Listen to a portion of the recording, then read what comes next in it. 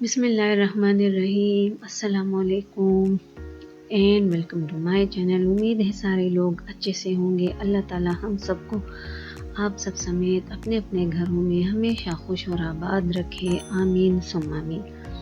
तो जैसे कि आप लोगों को दिख रहा है, आज मैं आप लोगों के साथ जो क्रीम पफ्स होते हैं उसकी रेसिपी शेयर करने जा रही हूँ। लगती बहुत आसान है लेकिन ये बहुत टेक्निकल चीज़ है।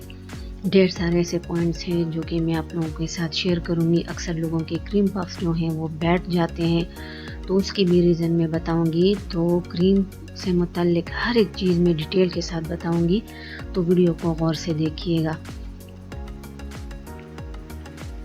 तो जैसे पहले बता चुकी हूँ, वीडियो को स्किप मत कीजिएगा, वीडियो कंप्लीट देखिएगा। सबसे पहले हम लोग इसके लिए जो पेस्ट होता है वो बनाएंगे। तो 1 कप यानी 200 ml के बराबर मैंने पानी लिया है और उसके अंदर मैं डाल रही हूँ आधा कप घी। अगर आप लोगों को बटर पसंद है तो आप लोग आधा कप बटर भी इसके अंदर यानी मक्खन वो भी डाल सकते हैं। और इन दोनों को मैंने इतना गर्म करना है कि ये जो घी है ये इसके अंदर मेल्ट हो जाए। ये देखें, जब वो उबलने पे आ गया तो इसके बाद 1 कप यानी 100 ग्राम के बराबर मैदा, छना हुआ मैदा, वो मैंने डाल दिया और विस्क के साथ इसको मैं मिक्स अप कर रही हूँ ताकि गुठलियाँ जो हैं वो ना बने और इसका एक गट्ठा सा जो है हमारे पास वो बन जाए। ये देखें, ये बनने पे आ गया है। तो जब ये बन जाए फ्लेम में ऑफ कर दूंगी।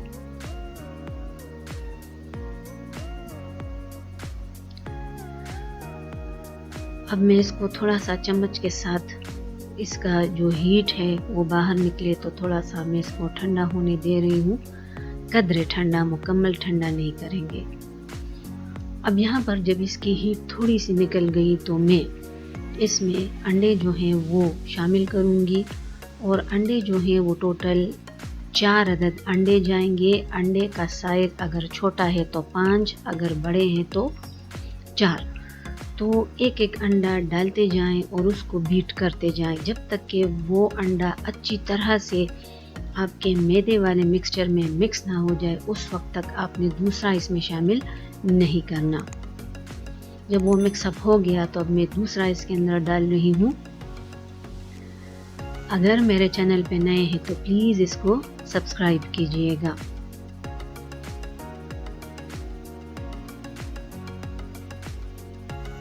अब देखें, मैं इसको भी अच्छी तरह से आपस में मिक्सअप कर चुकी। अब इसके बाद ये मैं तीसरा डाल रही हूँ। इस तरह से करते करते मैंने चारों जो अंडे हैं वो इसके अंदर डाले। सारे एक साथ नहीं डाले, एक एक करके डाले और उसको मैं अच्छी तरह से मिक्स करती गई। अभी आप लोग देख लें इसकी ये कंसिस्टेंसी कि ये किस तरह से इसका जो टेक्सचर है वो आप लोगों के पास आना चाहिए। ये बहुत ज़्यादा ज़रूरी चीज़ है। इसका टेक्सचर वो बहुत ज़्यादा ज़रूरी है परफेक्ट क्रीम पफ्स या एक्लेयर्स बनाने के लिए। अगर वो सही नहीं होगा तो कभी भी आपके एक्लेयर्स या क्रीम पफ सही नहीं बनेंगे।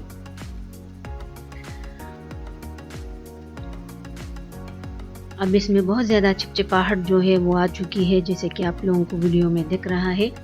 तो बस अब इसकी मज़ीद मिक्सिंग मैंने स्टॉप की और स्पैचुला की मदद से इसको मैंने इकट्ठा किया। ये देखें आप लोग इसका टेक्सचर, इसी तरह से इसका टेक्सचर जो है वो होना चाहिए। ये बहुत ज़्यादा रनी नहीं है और ये बिल्कुल सूखा सूखा भी नहीं है।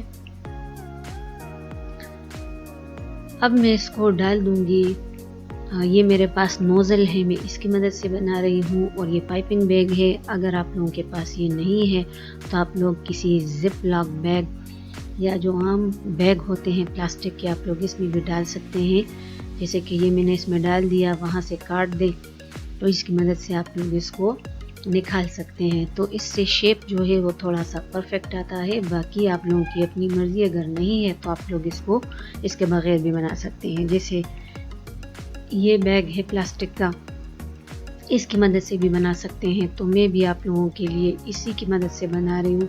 नोज़ल मैंने इसके अंदर डाल दिया। अगर नोज़ल नहीं है तो फिर बस उसका एक कोना काट दीजिएगा। जितने बड़े आप लोगों को चाहिए उतना सुराख उसमें करके तो आप लोग इसको बआसानी बना सकते हैं। तो ये नोज़ल इसके अंदर मैंने डाल दिया और अब जो मिक्स है मेरा, जो कि मैं रेडी कर चुकी हूँ अंडों और मैदे का, वो मैं थोड़ा थोड़ा करके इसके अंदर डाल दूँगी और इसके बाद मैं इसको नीचे पाइप करूँगी। उस ट्रे में, ट्रे जो है उसको मैंने ग्रीस कर दिया है, ग्रीस ट्रे में इसको मैंने डाल देना है।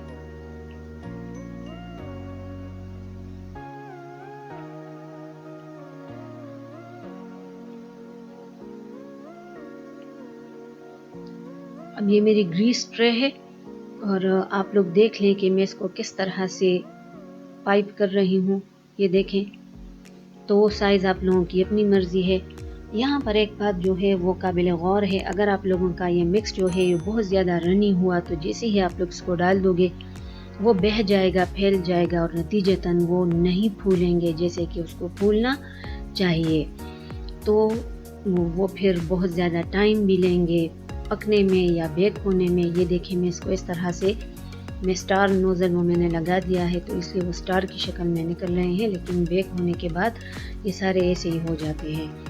तो ये देखें, सारे के सारे ये कुछ स्टार में मैंने बनाए हैं, ये कुछ मैंने राउंड बनाए हैं।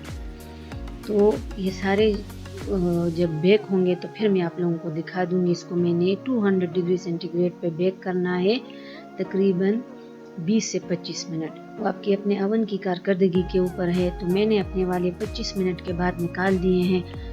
ये देखें, सारे वो वाले छोटे हैं, ये वाले बड़े हैं। जो स्टार्स इसमें दिख रहे थे अब वो नहीं दिख रहे क्योंकि ये फूल चुके हैं। तो वो ये देखें, ऊपर से और नीचे से भी मैंने आपको दिखा दिया। जब मैं इसको दबाती हूँ तो ये पका हुआ है।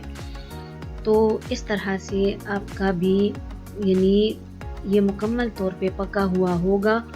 इसको आपने फ़ौरन से बाहर नहीं निकालना, क्योंकि अगर इसको आपने फ़ौरन से बाहर निकाल दिया और ये कम्प्लीटली बेक नहीं हुए होंगे तो जैसे ही बाहर की हवा इसको लगेगी तो ये फ़ौरन से नीचे बैठ जाएंगे। तो इस चीज़ को अवॉइड करने के लिए इसको मुकम्मल तौर पे अंदर बेक होने दें कि ये बाहर से हल्का सा कलर पकड़ लें, ये अंदर से ड्राई हो जाएं। तो इसके बाद जब आप इसको ओवन से बाहर निकालेंगे तो ये आपके वापस से बैठेंगे नहीं। और जो पानी है उसकी मिकदार का ख्याल रखें और जो टेम्परेचर है उसका ख्याल रखें। बार बार ओवन का दरवाज़ा नहीं खोलें और जो अंडे हैं उसका ख्याल रखें। अब मैं इसके लिए क्रीम बीट करने जा रही हूँ। तो क्रीम के अंदर मैं टोटल 6 टेबल स्पून पिसी हुई चीनी जो है वो डाल के इसको मैं बीट कर रही हूँ। और ये 200 ml यानी टेट्रा पैक वाली क्रीम है, एक पैकेट मैंने ली है और इसको मैंने इतना बीट किया। ये देखें, ये अच्छी तरह से फ्लफ़ी हो चुका है। क्रीम को फ्लफ़ी करना ज़रूरी है। ये खूब फ्लफ़ी हो के बहुत लाइट किस्म के क्रीम पफ आप लोगों को देगी। अब उसको मैंने पाइपिंग बैग के अंदर डाल दिया और ये नोज़ल जो कि फिलिंग के लिए काम आती है तो वो मैं लगा चुकी हूँ। इसी की मदद से बहुत आसानी के साथ आपके क्रीम पफ्स या एक्लेयर्स जो हैं वो फिल हो जाते हैं। तो मैं आप लोगों को बता रही हूँ कि अगर आप लोगों के पास ये ना हो तो फिर आप क्या करेंगे। तो एक पफ जो है उसको मैंने उठा लिया इस तरह से। ये देखें, ये अच्छे खासे फूल चुके हैं, अंदर इसमें कैविटी बन चुकी है क्रीम के लिए। तो ये नोज़ल मैंने इंसर्ट किया, थोड़ा सा दबाया, क्रीम जो है वो इसके अंदर जाके फिल हो गई। तो इस तरह से ये सारे के सारे जो हैं वो मैंने भर लिए। अब वो लोग जिनके पास ये फिलर नहीं है या उनके पास पाइपिंग बैग नहीं है तो वो क्या करेंगे कि वो अपने इस पफ को उठा के दरमियान से काट देंगे। इसका ये जो टॉप है इसे हटाना है। ये देखें, अंदर कैविटी जो है या खाली जगह वो इसके अंदर बन चुकी है। ये अच्छी तरह से बेक हो चुके हैं। तो ये क्रीम आप चम्मच से डालें और फिर इसको ऊपर इस ढक्कन को बंद कर दें या जो इसका टॉप है। अब ये डार्क चॉकलेट है पिघली हुई, तो इसके अंदर इसके टॉप जो हैं वो मैं डिप कर रही हूँ। सारे इसी तरह से करने हैं। उम्मीद है कि आप लोगों को ये जो वीडियो है पसंद आई होगी। ट्राई करके कमेंट में मुझे ज़रूर बताइएगा कि आप लोगों का रिज़ल्ट जो है वो किस तरह से आया। अगर वीडियो पसंद आती है तो प्लीज़ इसको लाइक करें, शेयर करें। अगर चैनल पे नए हैं तो प्लीज़ इसको सब्सक्राइब करें। वीडियो देखने के लिए बहुत बहुत शुक्रिया और